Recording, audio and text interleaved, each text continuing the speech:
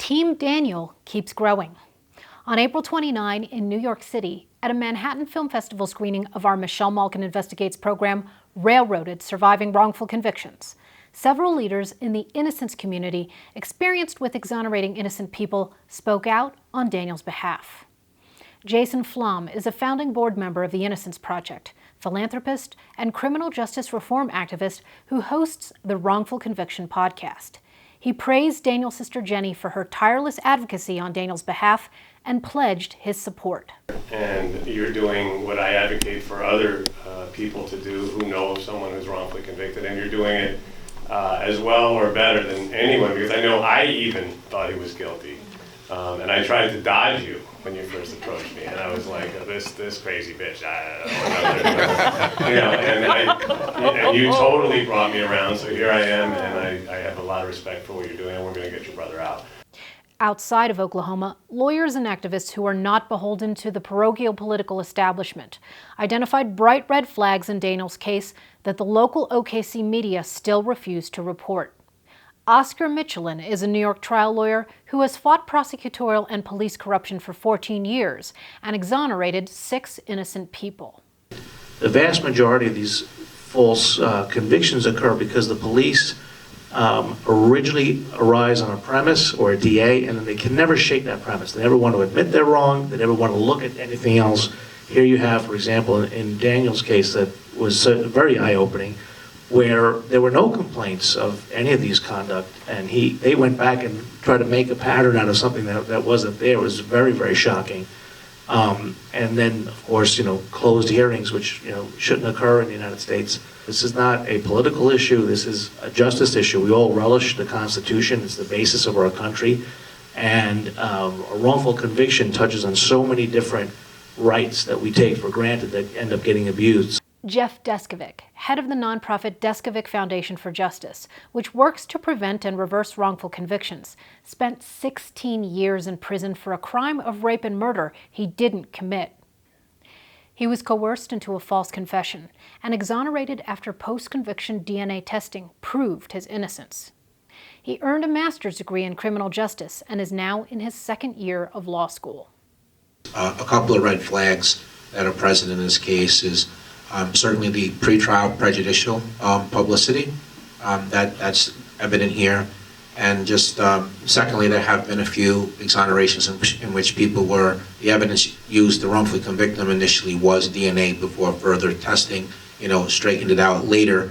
DNA is often correctly called the gold standard of evidence, but of course that assumes that all the correct protocols are observed, no contaminations happen, and that there is truthful testimony and reports by the experts. And to me, that part of the case is extremely troubling.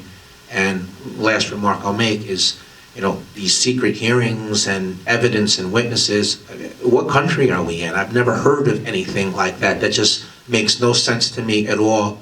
Anthony DePippo is another exoneree who was unjustly framed for murder and rape by a sheriff's investigator who had also engaged in misconduct in Deskovic's case. He was freed after 3 trials and 20 years in prison. Jenny, I just want you to know that the innocence community hears you. We follow you. I'm learning as I go, but I believe Danny is innocent, and whatever I can do to help you, I will do from here on out. Just 2 years ago, protesters forced an Oklahoma advertising company to yank down a billboard about My CRTV 2-part documentary on the wrongful conviction of former Oklahoma City police officer Daniel Holtzclaw called Daniel in the Den. The sign simply asked, what if he didn't do it? Advocates were furious when that billboard went up with Holtzclaw's picture questioning his guilt. Holtzclaw told me tonight he was disappointed the billboard has been taken down, but he's more focused on his appeal. And he told me he's confident he'll get a new trial. I'm aware that the billboard has come down, and I'm a little disheartened, but I'm encouraged so much with the ongoing supporters who believe in my innocence. This is the billboard Daniel Holtzclaw is talking about. It was up at I-44 in Kelly. A picture of Holtzclaw in his orange jumpsuit and the words, what if he didn't do it? We've come a long way since then.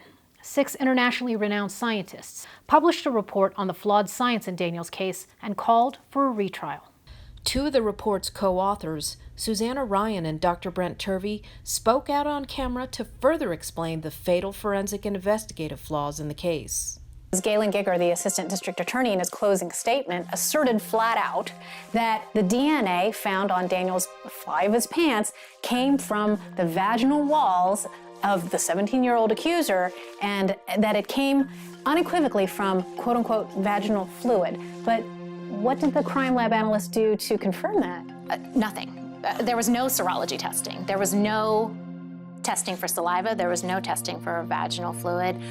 So that's scientifically incorrect. Looking at everything, we did conclude that we didn't feel that he had gotten a fair trial. And it's our opinion that there were problems with the testimony and with the testing, and a new trial should be issued. The report's not just about DNA. Police officers combing through the records to find victims, calling them up, telling them that they have a person who's been accused of multiple crimes. That is perhaps one of the most biased ways of approaching criminal investigation that I've ever seen.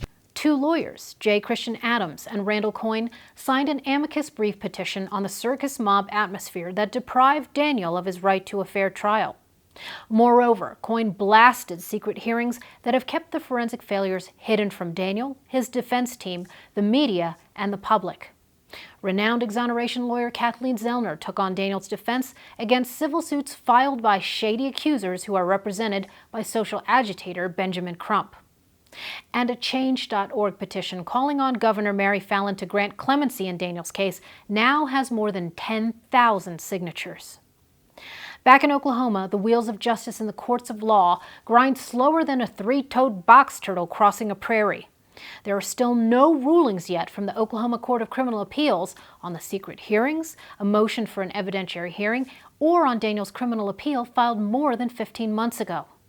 But in the court of public opinion, the facts of Daniel's railroading by biased police, incompetent crime lab staff, and deceitful prosecutors are getting out despite the local media's best efforts to stifle them. Sunlight, as always, is the best disinfectant, and we'll keep shining it until Daniel is free.